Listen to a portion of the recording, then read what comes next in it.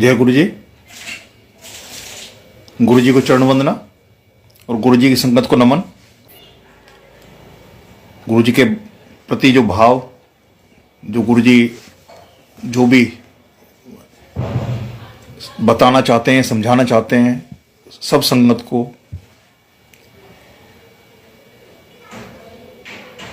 गुरु जी के यहाँ आने से पहले भी और उसके बाद भी ये जर्नी तो हम सबकी कहीं ना कहीं से शुरू हुई है और ये इस जन्म की नहीं, पिछले जन्मों से हमारी चल रही है और उसकी कॉन्टिन्यूटी ही है जो गुरुजी महाराज ने इस जन्म में हमें हमारे समय के हिसाब से अपनी शरण में लगाया है। ना कोई पहले है ना कोई बाद में है। हाँ, दो फेज जरूर हैं। एक वो जो 31 मई 2007 से पहले की संगत है और एक वो जो उसके बाद जुड़ रही है। तो अक्सर होता है कि जो गुरुजी के चोले में रहते हुए जो संगत गुरुजी ने जोड़ी अपने साथ में, उसको जो बाद की जो संगत है वो ये कहती है कि आप भाग्यशाली हैं कि गुरुजी के साक्षात दर्शन करने का मौका मिला। लेकिन हम समझते हैं कि वो सौभाग्यशाली हैं जो 31 मई 2007 के बाद गुरुजी ने अपने साथ जोड़ा है। कि गुरुजी बोला करते थे कि लाइनें लगेंगी, 24-24 घंटे में नंबर आएगा और वो हालात बनते जा रहे हैं। जिस तरह से बड़े फंक्शंस में गुरुजी के मंदिर में लाइनें लगती हैं और जिस तरह से संगत गुरुजी को प्यार करती है और गुरुजी के लिए जो वहाँ पहुँचती है, तो उससे यही समझ में आता है कि जो गुरुजी के वचन हैं वो बिल्कुल प्रत्यक्ष में जो है ना पूरे होते दिख रहे हैं। क्योंकि दुनिया में जितने ही गुरुजी की संगत इकट्ठी हो चुकी है, अगर उसको एक लाइन से चलाया जाए तो वो 24 घंटे भी बहुत कम है, इससे कहीं ज्यादा समय लगेगा। तो एक भाव अभी पीछे जो गुरुजी ने दिया था, जो नई और पुरानी संगत वाली बात है। वैसे तो गुरु नाम का धागा है जिसमें संगत रूपी मोती जो है वो पिरोए जा रहे हैं गुरुजी, और एक धागे में पिरने के बाद में वो एक ही माला का स्वरूप बनता है। उसमें कोई आगे है कोई पीछे है, लेकिन जब उसमें एक तरफ से बंद कर दिया जाएगा तो उसको ये नहीं कोई बता सकता कौन आगे और कौन पीछे है। इसके इतर दूसरी जो बात जो गुरुजी ने जो समझाई वो मैं रखना चाह रहा हूं कि एक प्रसंग है। द्रोणाचार्य जो है वो राजगुरु थे। जो राज परिवार के बच्चे थे उनको वो शिक्षा दीक्षा दिया करते थे। एक भील का बच्चा था, उसके मन में भी भाव आया कि वो शस्त्र ज्ञान प्राप्त करे। तो उसने खोज की कि कोई सच्चा गुरु, कोई ऐसा गुरु मिल जाए जिससे मैं ये शस्त्र की जो है दीक्षा शिक्षा दीक्षा ले सकूं। उसको पता लगा, उसको बताया कि द्रोणाचार्य हैं जो इस कला में निपुण है और वो पूरे गुरु हैं इस विधा के। तो वो द्रोणाचार्य के गुरुकुल गया, आश्रम गया और वहां जाके उनसे रिक्वेस्ट की कि मैं भी ये शस्त्रों का ज्ञान लेना चाहता हूं, तो आप मुझे इसमें एडमिशन दे दीजिए। लेकिन द्रोणाचार्य जी ने उनको ये बोल के कि मैं राज परिवार के बच्चों को ही पढ़ाता हूं और इस गुरुकुल में आम बच्चों की भर्ती नहीं है, उसको उसमें शामिल नहीं किया। यानी कि उनको शिक्षा देने से उन्होंने मना कर दिया। उसने जो रूप देखा था द्रोणाचार्य जी का, उसने अपने जंगल में गया और वहां मिट्टी की एक मूर्ति बनाई द्रोणाचार्य जी की, और उसके सामने उसने अपने शस्त्रों का अभ्यास करना शुरू कर दिया। एक बार द्रोणाचार्य कौरवों और पांडवों को इनको सबको जंगल में लेके जा रहे थे आखेट सिखाने के लिए। शस्त्रों का जो उनको ज्ञान दिया गया था उसको प्रैक्टिकल करने के लिए लेके जा रहे थे। तो इतने में द्रोणाचार्य के ऊपर एक कुत्ता भौंकने लगा। तो क्योंकि जिस रास्ते में वो भील रहते थे, जिसमें वो एकलव्य रहता था, तो वहीं से गुजर रहे थे। तो उसने गुरु के दर्शन करने के लिए वो एक तरफ छुप के जो है ना वो गुरु के दर्शन कर रहा था। जब उसने देखा कि कुत्ता जो है ना मेरे गुरु के ऊपर भौंक रहा है, तो उसने तीरों से उसका पूरा मुंह भर दिया।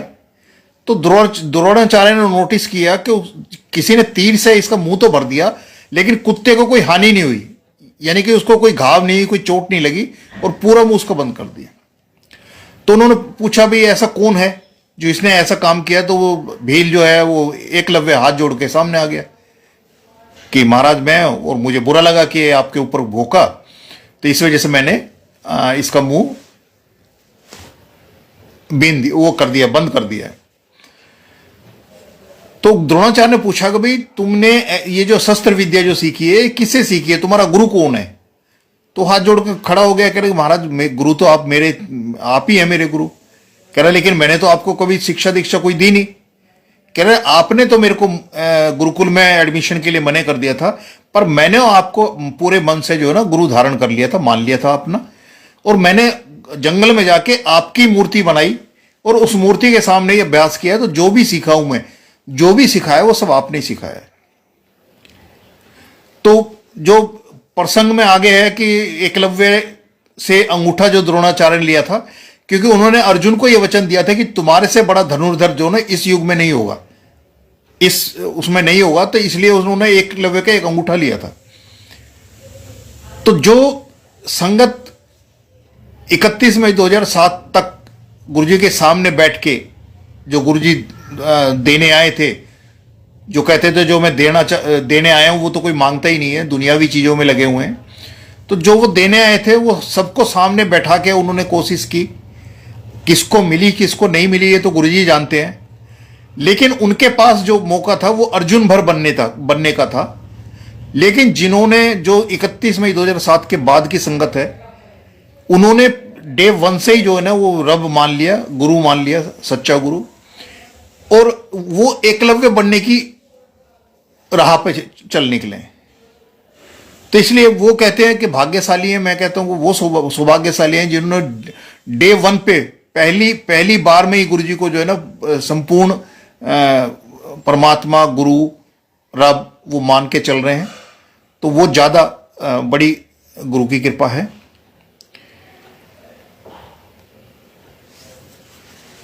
गुरु जी कैसे किसके साथ मतलब किसका कैसे कष्ट काटते हैं ये तो गुरुजी वो कर सकते हैं। क्योंकि मेरा चौथे नंबर का भाई, वो उसको कभी स्टैबिंग हुई थी और उसके लीवर में कुछ प्रॉब्लम थी, जिसका डॉक्टर ये बोलते थे कि उसका ऑपरेशन कराना है, लेकिन ऑपरेशन के बाद कितना उसको फायदा होगा उसकी कोई वो नहीं था। पर रिस्क भी था कि लीवर का ऑपरेशन हो और उसके बाद उसमें मतलब वो प्लस भी हो सकता था, माइनस भी हो सकता था। और वो जगह जगह अपने बिजनेस के लिए, उसके लिए पता नहीं कितने तांत्रिकों के पास, कितने ज्योतिषियों के पास, कहां कहां तक नहीं गया। एक मुखी रुद्राक्ष के लिए वो नेपाल तक भी गया, वो काफी पैसा उसने खर्च किया उस चीज के लिए। तब तक मैं गुरुजी के साथ जुड़ चुका था, तो मैं उसको हमेशा जब भी अपनी वो कोई समस्या बताता था, कोई बात बताता था या मुलाकात होती थी, तो तब मैं उसको यही बोलता था, मैंने कि इधर उधर धक्के खाने की जरूरत नहीं है, गुरुजी हैं और वो सबका कल्याण करते हैं, तो उनकी शरण में आ जा।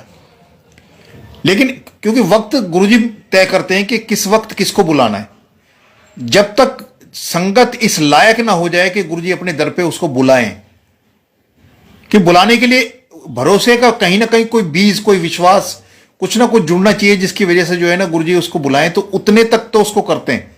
वो आपकी दुनियावी परेशानियां हो सकती हैं, सामाजिक कोई बंधन हो सकते हैं, कोई रिश्तों की खींचतान हो सकती है, कोई परिवार का कलेश हो सकता है, कोई बीमारी हो सकती है, कुछ ऐसा हो सकता है जो गुरुजी किसी न किसी उससे। और ऐसी भी बहुत संगत है जिसके साथ कुछ भी नहीं हुआ, लेकिन गुरुजी ने किसी के बहाने करके जो ना उसको अपने दर पे बुला के बैठा लिया, क्योंकि जिसका कल्याण करना है। जैसे सूरज कभी ये नहीं देखता था कि उसके किरणें किसी चोर पे पड़ रही हैं, कि किसी साहब पे पड़ रही हैं, किसी जार पे पड़ रही हैं, क्योंकि उसके पास वो है नहीं।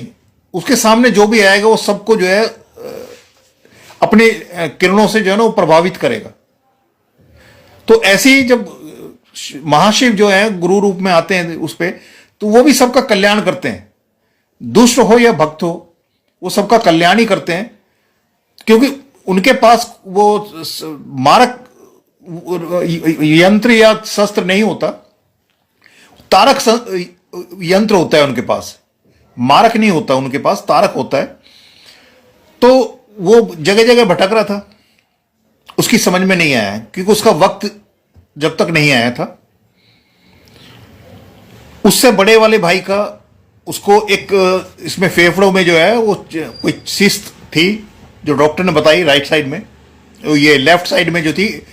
तो जब उसने उस पे हार्ट पे प्रेस करना शुरू किया तो उसने वो कराया एमआरआई वगैरह, तो उसमें पता लगा कि इसमें सिस्त है और इसका ऑपरेशन होना है। तो ऑपरेशन का उसने जब बताया तो मेरे को भी बोला कि भाई साहब ऐसे ऐसे ऑपरेशन बोला है। तो उसने अपोलो में भी पता किया, कोई सर्जन था, उससे सर्जन के वहां से उसने देखा कि क्या है, कोई ठीक है, कैसे करता है। फिर उसने एक्शन बालाजी जो है पश्चिम बिहार में, उस वहां जाके भी उसने बात की। तो उनके जो ससुर थे, जो छोटा भाई जिसका ऑपरेशन होना था, उसके ससुर जो है वो मेडिकल लाइन से ही जुड़े हुए थे, उनके रिटायरमेंट हॉस्पिटल से हुई थी एक। तो उन्होंने सलाह दी कि भाई इसकी बात में ज्यादा वजन लग रहा है, जो एक्शन बालाजी वाला है। तो उन्होंने बोला कि भाई हम जो है ना इसको लेजर से करते हैं। लेकिन बाद में डॉक्टर ने उसके साथ में ये भी बोल दिया कि जी अगर बीच में जरूरत पड़ी तो हो सकता है ये ओपन सर्जरी करनी पड़े। तो जब हमारी घर में बैठ के बात हुई कि भाई क्या किया जाए, लेजर से कराई जाए या ओपन कराई जाए, तो मैंने उसको एक ही चीज बोली मैंने कि जब डॉक्टर इस उसमें है, पेशो पेश में है कि भाई लेजर के साथ साथ जो है ना हो सकता है ओपन करा जाए, तो पहले इसको ओपन करा लेते हैं। वो रिस्क क्यों लिया जाए कि पहले लेजर से कराएं और फिर उस बीच में आके जो है ना उसको ओपन किया जाए, तो ओपन से ही करते हैं। तो उसने डॉक्टर से बोला जी हमें ओपन ही सर्जरी करानी है। तो उसकी पूरी रिब्स काट के वो ऑपरेशन हुआ था। जब ओपन हुआ तो देखा कि लेफ्ट साइड में तो था ही, जो हार्ट की तरफ जो था वो तो सिस्त थी, लेकिन राइट साइड में भी पूरा फैला हुआ था वो, जिसका पता ही नहीं था। अगर वो लेजर से होता तो वो एक ही तरफ का वो कोशिश की जाती और दूसरी तरफ वाला फिर दिक्कत करता। लेकिन क्योंकि डिसीजन गुरुजी ने ऐसा करा दिया कि ओपन के बारे में हम सब एग्री हुए और ओपन कराया तो हो गया। जब उन्होंने दिखाया था तो वो 2 जार में लेके आए थे, तो मैं तो उसको बोल रहा था कि ये तो एनाकोंडा है। मतलब उसके पूरे दोनों फेफड़ों में कितना भरा हुआ था, उसको देख के ही लग रहा था उसके जार के अंदर जो लेके आए थे 2 जार में। ये एक तरफ बात। उसकी उस दौरान में वो जो भाई था जो तांत्रिकों और ज्योतिषियों के चक्कर में पड़ा हुआ था, वो उसको ऑपरेशन की सुनकर जो है ना वो दिल्ली आया था। तो सीधा हॉस्पिटल गया वो। तो जिस दिन छोटे भाई उसको भर्ती कराया था ऑपरेशन के लिए, उस दिन रात को जो है ना उसके साले ने बोला कि जीजा जी हम रुकेंगे यहाँ रात को, आप जाके आराम करो। मैं डेली जो है ना बड़े मंदिर जब सेवा चलती थी 4 दिन, और मंडे को भी जाता था, तो मेरा सेवा का दिन था। तो मैंने बोला भाई मैं तो सीधा पहले जाऊंगा सेवा करने, बड़े मंदिर जाऊंगा, उसके बाद आऊंगा, फिर सुबह आ जाएंगे। तो जो तांत्रिकों के चक्कर में पड़ा था वो भाई भी घर आना था, लेकिन उसने कहा कि चलो भाई साहब मैं भी चलता हूं, मैं भी मंदिर चलता हूं। मतलब पहले इतनी बार उसको बोला गया लेकिन वो नहीं गया। और उस दिन में मैंने कहा कि मैं तो सेवा में जा रहा हूं, वो कहने लगा मैं भी चलता हूं, और हम दोनों चले गए। वो एक जगह बैठ गया और मैं अपनी सेवा में लग गया जाके। मुझे नहीं पता उसके साथ वहां क्या हुआ क्या नहीं हुआ, लेकिन बाद में उसने जो सत्संग सुनाया अपना, जो पहले दिन गुरुजी से जो मुलाकात हुई साक्षात, जो गुरुजी ने अपने दर पे बुला के जो उसके साथ किया, उसने बताया कि भाई साहब मेरे जो ना जो स्टैबिंग हुई थी, जो चाकू लगे हुए थे और लीवर में जिसका डॉक्टर ऑपरेशन बोलते थे, गारंटी नहीं ले रहे थे, मेरे को इतना भयंकर पेन हो गया कि मेरे को ये लग रहा था इससे अच्छी तो मौत है, कि मौत अगर मिल जाए तो वो ज्यादा सस्ती है जितना ये दर्द उठाए। तो कह रहा है मेरे से और कुछ नहीं हुआ, मैं गुरुजी के दर पे बैठा हुआ था, तो मैंने एक ही कहा कि गुरुजी मैं अब यहां तक आ गया हूं, आप ले जाना चाहते हो ले जाओ, पर जो करना है मैंने आपके ऊपर छोड़ दिया। ये वो सरेंडर वाली स्थिति होती है आदमी की, कई तो मजबूरी में करते हैं और कई जरूरी में करते हैं। जो अच्छे वक्त में आ गया उसके लिए तो जरूरी है कि वो सरेंडर की प्रोसेस में अपने आप को डाल ले, यानी कि ना इच्छा रहे ना मांग रहे, तो वो ऑटोमेटिकली सरेंडर हो गया। तो वो ऐसे हालात में था कि उसमें उसके पास और कोई चारा नहीं था। इतना भयंकर पेन उसको, वो जो जैसे उसने बताया कि इतना भयंकर पेन था कि मैंने एक ही वो अरदास की, गुरुजी आपके यहां तक आ गया हूं मैं, अब आपने जो करना है वो करें। वो दिन है और आज का दिन है। जो डॉक्टर ऑपरेशन की बोलते थे, आज तक ऑपरेशन नहीं हुआ, और गुरुजी ने उसको अपने साथ अपने चरणों में जोड़ा। और उसी के साथ जिसके ऑपरेशन के लिए वो आया था दिल्ली, 3 दिन के बाद जब उसकी छुट्टी हुई तो डॉक्टर ने उसने बताया कि चले जी एक काम करो, आप नीचे जो बिलिंग करा लो और आज इनको डिस्चार्ज कर रहे हैं। तो मैं बिलिंग कराने गया था और 20,000 रुपये कैश जेब में डाल रखे थे, क्योंकि जितने पैसे अपोलो में बताए थे उससे करीब 70,000 तो कम लिए इसने, एक्शन बालाजी वालों ने कम एस्टिमेट बताया था, और उसमें से भी 10,000 कम जमा कराए गए थे। जितना उन्होंने एस्टिमेट बताया था तो उसमें 10,000 कम दिया था, उसमें जमा कराए थे, यानी कि 10,000 तो वो देना ही देना था। मैं जब नीचे काउंटर पे गया, उन्होंने हिसाब लगाया और हिसाब लगा के मेरे को बोला कि जी आपके 13,000 रुपये एक्स्ट्रा हैं, वो आप जाके रिफंड ले लो। मैं ये था कि 10,000 तो वो देने ही देने, जो इन्होंने अपना एक पैकेज बना के दिया था वो तो देने ही है, उसके ऊपर भी हो सकता है कुछ लगे। तो मैं 20,000 जेब में डाल के गया था, जबकि उन्होंने कहा कि 13,000 आपका एक्सेस है, उसको वापस ले लो। मैं गया, जब 1,000 का नोट चलता था, मैंने गया, उन्होंने 13 नोट मेरे को दे दिए।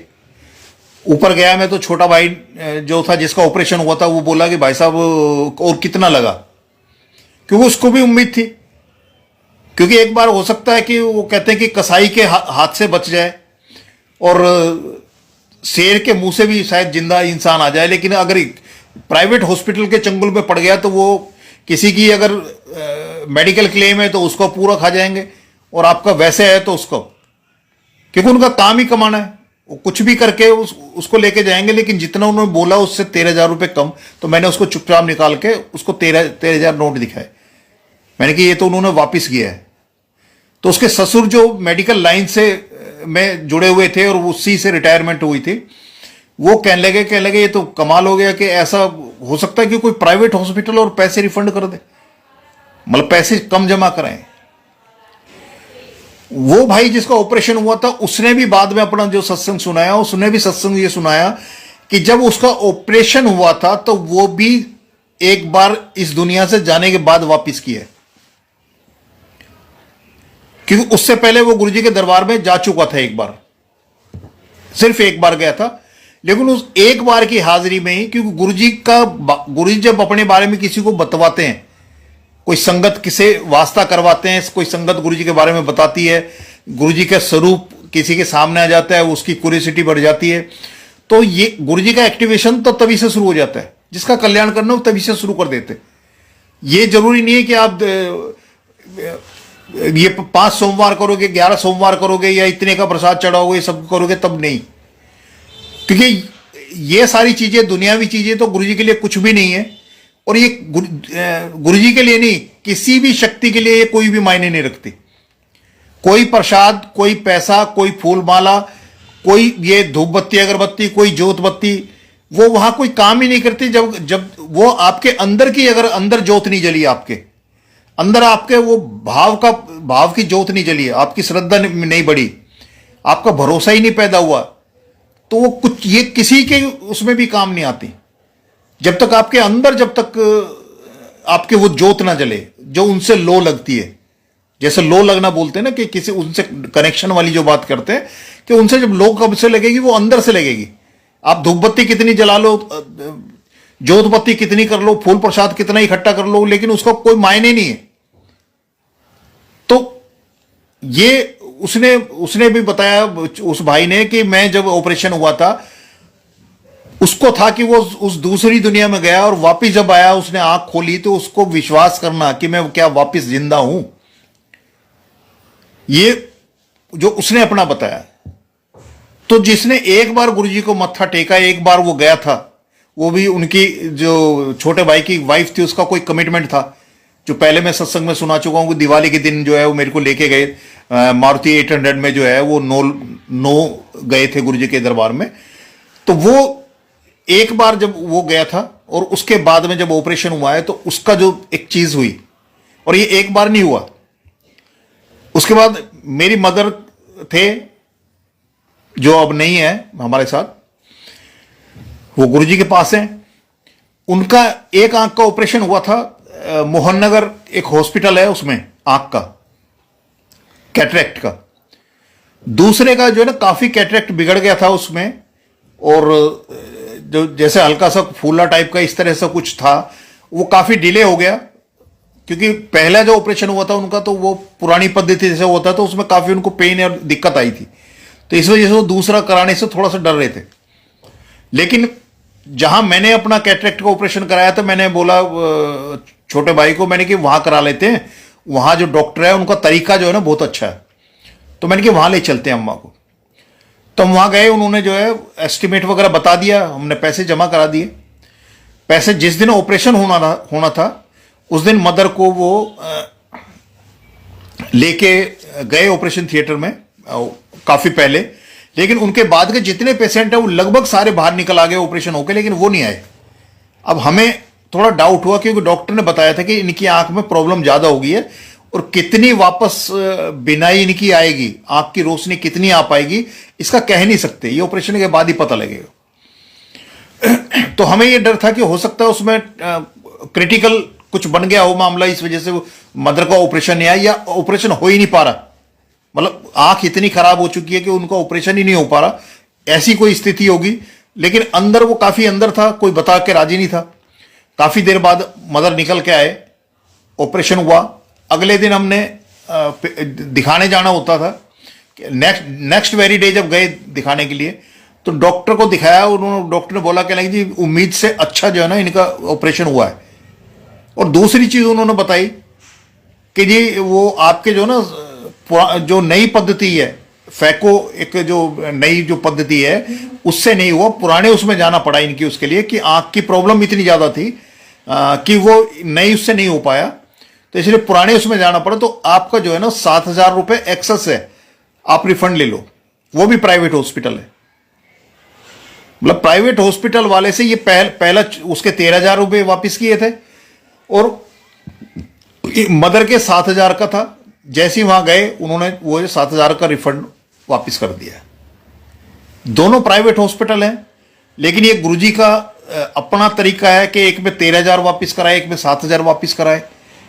हमें अगर वो ना बताते, दोनों ही हॉस्पिटल अगर नहीं बताते, तो जितना हमने पे कर चुके हम तो ये मान के चलेंगे उतने में उनका खर्चा हो गया। लेकिन उनसे वो वापस कराना, स्पेशली उनको बोलना, ये तब तक नहीं हो सकता। और वो मदर की जो आंख जितनी क्रिटिकल थी और जितनी आराम से उनका हो गया, और जब तक वो दुनिया में रहे तो आंख में जो है ना ऐसी कोई प्रॉब्लम नहीं आई उसमें, दूसरी वाली में, जिससे डर रहे थे वो कि बाद में ऐसा ना हो कि ये आंख बिल्कुल ही खत्म हो जाए। तो गुरुजी एक के साथ में कितनों का कल्याण करते हैं, ये भी गुरुजी के यहां आने के बाद ही पता लगता है।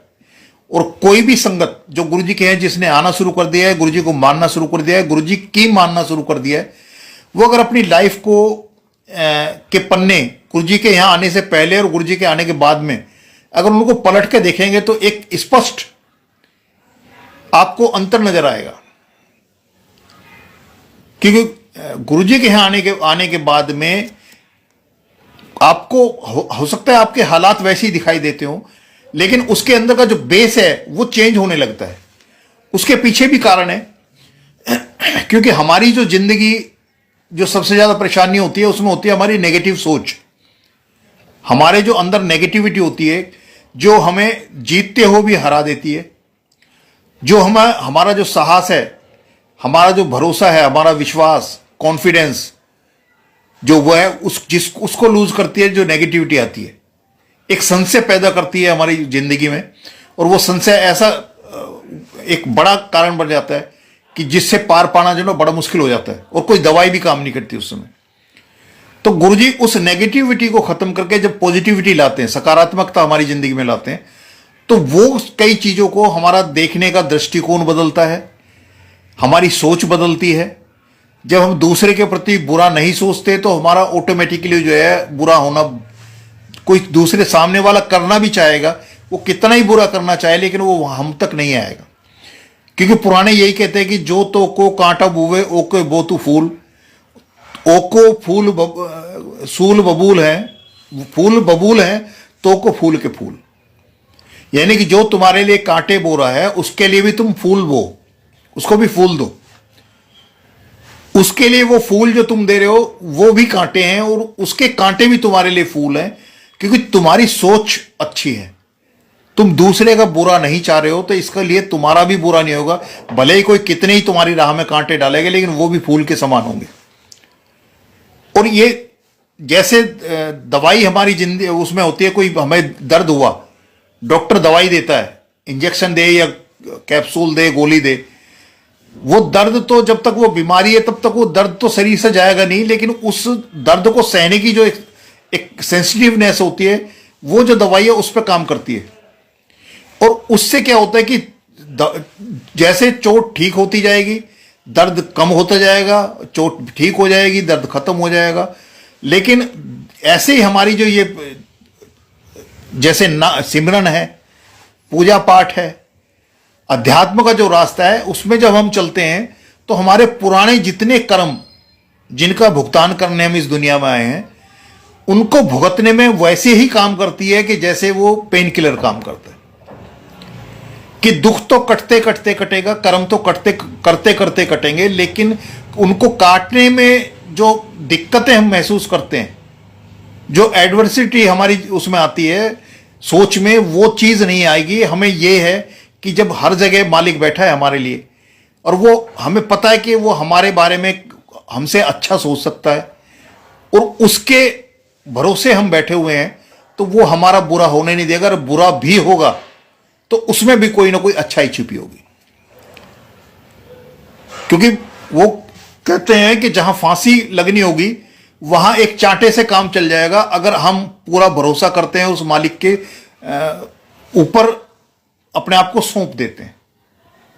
और अगर हम अपने लिए अपने हिसाब से दुनिया को चलाना चाहते हैं, क्योंकि होता अक्सर यही है कि हम कोई भी अरदास हम करते हैं, गुरु जी से अरदास करते हैं या जिसको भी मानते हैं उससे अरदास करते हैं, अगर गौर से देखेंगे तो हर अरदास में एक हुक्म होता है उनके लिए। कोई भी अरदास आप सोच के देखो, कुछ भी कहने को वो हम अरदास करते हैं लेकिन एक तरह से हुक्म होता है। यानी कि अरदास उस चीज की जाती है जो हमारा मन कहता है कि ये हो, हम उनसे ये चाहते हैं कि ये हो, तो उन पर हमने छोड़ा तो है ही नहीं। हम तो उनको एक ऑप्शन ही नहीं दे रहे हैं, एक अरदास हमने कर दी कि मेरे को ये चीज चाहिए। अब अरदास करके हम बैठ गए, हम तो ये कह रहे हैं हम तो अरदास कर रहे हैं, हम तो मांग तो रहे नहीं है, लेकिन हर अरदास में हुक्म है कि मालिक को ये करना ही करना है। जैसे बहुत सी संगत तो वो करते हैं कि अपने बाप से अगर नहीं मांगे तो किससे मांगेंगे। मैं कहता हूं कि दुनियावी जो बायोलॉजिकल फादर होता है, हो सकता है वो कहीं 19-20 हो जाए, हालात हों, कुछ हो, लेकिन जो परम पिता है, जो जिसने सृष्टि बनाई है, जिसके हाथ में सब कुछ है, जीना मरना, लाभ हानि, यश अपयश, ये 6 की 6 चीजें उसके हाथ में है और वो कुछ भी कर सकता है। तो वो क्या आपकी उस जो आपकी सोच है उसको भी गुरुजी पकड़ते हैं। तो आपकी बोल को तो बहुत बाद की बात है, जब आपकी सोच भी वो पकड़ रहे हैं और आपकी सोच को भी वो पूरा करने के लिए बैठे हुए हैं, लेकिन वो सोच अच्छी होनी चाहिए। होता यही है कि हम दूसरे के प्रति, जैसे एक उसमें था कि उसको बताया कि भी तेरे ये बुक है, भाग्य पुस्तक है ये, और इसमें जो है ना जो तू लिख देगा, 5 मिनट है तेरे पास में, 5 मिनट में जो तू अपने बारे में लिख देगा वो सब हो जाएगा तेरा। मतलब तू अपने, तेरे को खुद रीराइट करने की, अपने भाग्य को रीराइट करने की पावर दे देते, 5 मिनट तेरे पास है। उसने पहला पन्ना खोला, उसके पड़ोसी का निकला। अब पड़ोसी से उसकी कुछ ना कुछ अदावत थी। अब उसने क्या किया, उसका अच्छा अच्छा काट के उसका बुरा बुरा। उसके बाद खोला, उसका किसी रिश्तेदार का निकला, फिर उसके घर में किसी का निकला।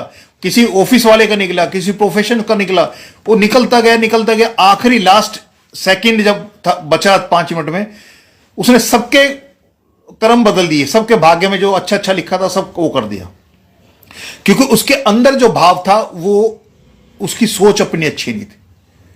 लेकिन जैसे उसका पन्ना खुला, लास्ट में पन्ना खुला, 1 सेकंड था, उसने देखा उसके बड़ा बुरा बुरा लिखा आया हुआ है, उसमें लिखा हुआ, उसने जैसे ही वो कलम चलाने की कोशिश की, वो टाइम खत्म हो गया, किताब उसके हाथ से चली गई।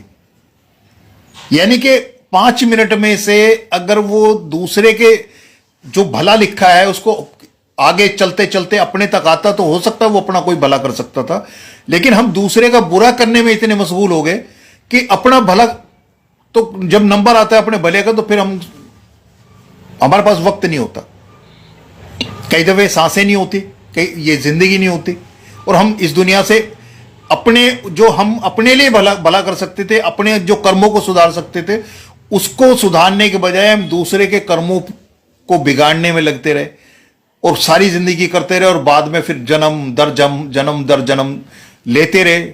मालिक मौका देते हैं, लेकिन उस मौके का फायदा कौन उठाएगा? जो अपनी सोच को संभाल के रखेगा। दूसरे के प्रति अगर उसके अंदर दुर्भावना है तो ये मान के चलो कि उसके अपने अंदर, क्योंकि अगर गंध, किसी बर्तन के अंदर गंध है तो अच्छी चीज तो उसमें डालोगे तो वो खराब ही होनी है। तो हमारे अंदर अगर सोच गलत है तो हमारी भी कोई अच्छी चीज कोई आने वाली है तो वो भी अंदर जाके उस सोच के साथ में वो भी खराब हो जाएगी। तो गुरुजी जैसे था कि उनका कि चंगा काम करो, किसी की सहायता कर सकते हो तो करो, किसी को कोशिश करो। क्योंकि मेरे फादर बोला करते थे कि हमने कभी उनको धूपबत्ती अगरबत्ती की पूजा करते हुए नहीं देखा। तो एक ही चीज बोलते थे मेरे फादर कि तुम कोई काम कर रहे हो तो उस काम में अगर किसी को दुख निकल रहा है तो तुम्हारी ये धूपबत्ती अगरबत्ती ये जो सारी पूजा सब बेकार है। अगर तुम्हारे कर्म किसी को दुख दे रहे हैं तो वो सब कुछ बेकार है। कितना ही कर लो, कितना ही दान कर लो, कितना पुण्य कर लो, कितनी धूपबत्ती लगा लो, अगरबत्ती लगा लो, जोतबत्ती लगा लो, सारा सारा दिन बैठ के जो है कीर्तन कर लो, सब कुछ बेकार है कि अगर तुम किसी को दुख दे रहे हो, दुख पहुंचा रहे हो। तो तब नहीं समझ में आता, लेकिन गुरुजी की शरण में आने के बाद में जब से गुरुजी ने पकड़ा है उन बातों का, जो उन्होंने एक जिंदगी का एक मूल मंत्र था कि किसी को दुख मत पहुंचाओ, तो तुम्हारी कोई भी पूजा पाठ करने की जरूरत नहीं है। उतना ही काफी है कि तुम कोशिश ये करो कि किसी का बुरा भला नहीं कर पा रहे तो बुरा भी मत सोचो। तो ये गुरुजी के भी यहां है कि गुरुजी की तरफ से भी है कि अच्छे इंसान बनो। अच्छा इंसान कब बनेगा? जब वो दूसरों के बारे में अच्छा सोचना शुरू करेगा तब वो अच्छा बनेगा। अपने लिए तो दुनिया सोचती है, अपने लिए, अपने स्वार्थ के लिए तो हम पता नहीं कितने काम करते हैं, और ऐसे ऐसे काम करते हैं कि वो बाद में हमें पता लगता है कि हमारी एक स्वार्थ ने किसी की जिंदगी खराब कर दी, किसी की मतलब चेहरे से हंसी छीन ली, किसी घर में दुखों का पहाड़ डाल दिया। हमारे एक स्वार्थ सिद्धि जो है ना किसी के ऊपर कितनी भारी पड़ी है ये तो बाद में पता लगता है। लेकिन आज भी दुनिया में दुआएं भी लगती हैं और हाय भी लगती है। वो पहले पुराने लोग कहते थे, वो आज भी होता है। बस फर्क इतना है कि अगर आप आम का पेड़ लगाते हो तो उसको एक टाइम तक उसको संभाल के रखना पड़ता है, कई साल लगेंगे उसमें फूल आने में, फिर फूल के बाद में कई टाइम लगेंगे उसके फल आने में। लेकिन अगर ये जो कीकर वगैरह होती है इसको कोई बोने नहीं जाता, कोई उगाने नहीं जाता, ये अपना आप ही पक्षी जो है ना इधर से उधर उसके वो बीज डालते रहते हैं और वो बीज उगता है और उसको कोई पानी देने नहीं जाता, कोई उसकी कटिंग करने नहीं जाता, लेकिन वो बढ़ता बहुत ज्यादा है, पूरे जंगल के जंगल बन जाते हैं। लेकिन जब फसल एक किसान करता है तो उसको इतनी रखवाल के बाद भी उसमें कभी ओले गड़बड़ करते हैं, कभी बाढ़ गड़बड़ करती है, बरसात गड़बड़ करती है, कभी खाद की कमी रह जाती है, कभी कुछ होता है, लेकिन उसमें दिक्कत होती है। तो ऐसे ही होता है कि हम जब बुरे कर्म करने लगेंगे तो उसमें तो कोई अंत ही नहीं है। जैसे एक कीकर या झाड़ झकाड़ जो है ना अपना आप उगते हैं, उसमें भी इतनी बढ़ोतरी होती है। लेकिन अच्छा काम करने चलते हैं तो उसमें 100 रुकावटें भी आती हैं। लेकिन वो रुकावटें ही वो चीजें हैं जिससे पार करने के बाद हम उस तक पहुंचेंगे। तो जीवन यात्रा है, इसमें जो हम लिखा के लाए वो तो हमें करना ही करना है, उसको तो हमने करना ही है। वो तो कहते हैं करके कर्म कट के मिट करेंगे उसको मामले में। और गुरुजी का एक सबसे बड़ा है कि मैं अगर गुरुजी के पास जाना शुरू कर दिया, मेरे से जुड़े हुए जितने भी, जिनके साथ मेरा दिल का रिश्ता है, वो कोई भी हो सकता है, उसको अगर दुख निकलता है या किसी वजह से उसको कष्ट या परेशानी होती है, तो गुरुजी की संगत को कोई उसके दुख से दुख निकलेगा, तो इसलिए गुरुजी उस तक का भी कल्याण कर देते। वो भले ही गुरुजी के पास आया हो नहीं आया हो, कोई मायने नहीं रखता।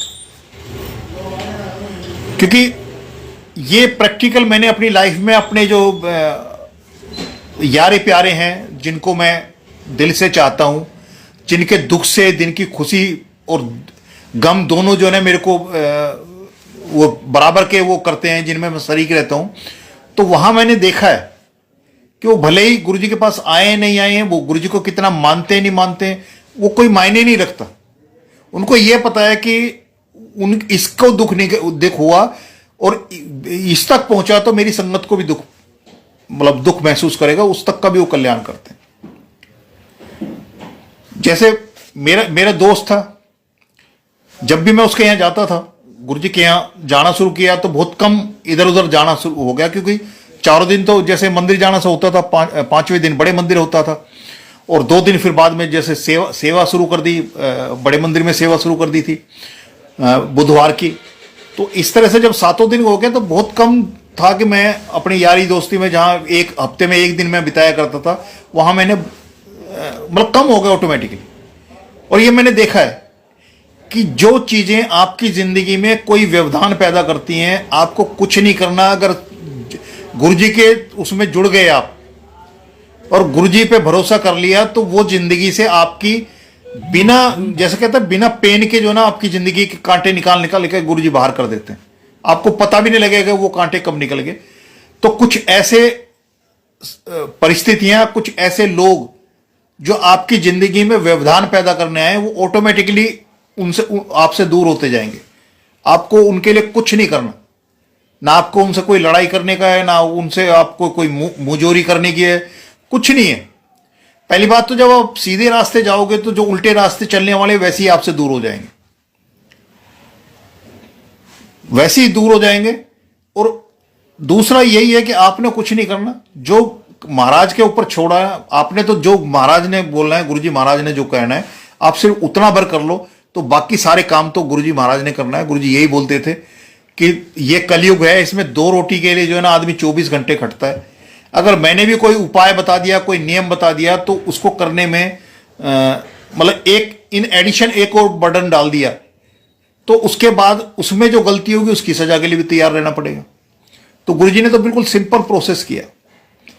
तो मैं बता, मेरा दोस्त था, उसके पास जब मैं कभी टाइम होता था, महीने 2 महीने में कभी मौका मिला, घंटे 2 घंटे के लिए उसके यहाँ जैसे जाना हुआ, पहले रूटीन में जाया करते थे, फिर बहुत कम हो गया, तो मैं जैसे जाता था कभी, तो जब गुरुजी किसी अपने बारे में किसी को सुनवाना चाहते हैं, तो अनायासी किसी न किसी बात पे गुरुजी बीच में आ जाते। तो ऐसे ही वहां होता था, मैं वहां बैठा हूं, बातचीत कर रहे हैं, चाय पी रहे हैं, और बीच में गुरुजी का कोई सत्संग मैंने सुनाना शुरू कर दिया।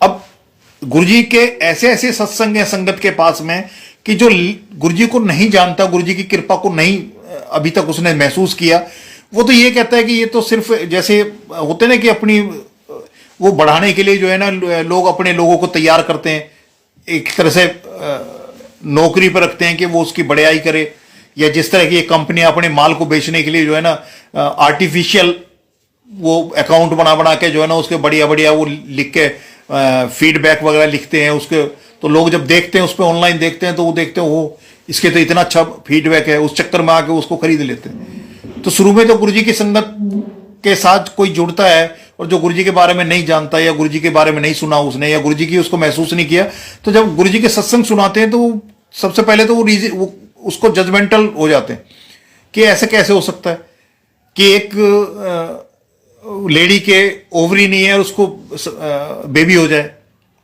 मतलब मेडिकल लाइन तो ये बोलती नहीं। या अगर मैं ये कहूं कि 3 बार गुरुजी ने मेरे को जिंदगी बख्शी है और तीसरी बार तो मैंने साक्षात उनको उस 3 चीजें जो मेरे को लेने आई थी उनसे लड़ते हुए मैंने देखा है, पूरी पूरी रात मैंने देखा है कि जो चला है उनके साथ में। अब किसी को बताया जाए तो वो तो ये कहेगा कि भाई ये तो मतलब एक फैंटेसी है, वैसी ऐसी कहानी सुनाई जा रही है। लेकिन जो भुक्तभोगी है, जिसने साक्षात देखा हुआ है, उस चीज को देखा हुआ है, जब वो अपनी उस बात को बोलता है तो क्यों हम तो प्रैक्टिकल लेके चलते हैं। तो उसने कभी भी, मेरे दोस्त ने या उनकी वाइफ ने कभी वो नहीं किया कि गुरुजी के पास जाना है। जब एम्पायर स्टेट बैठा करते थे गुरुजी साक्षात, लेकिन एक वक्त होता है, मैं तो कह के चला आया उनके, उसके बाद में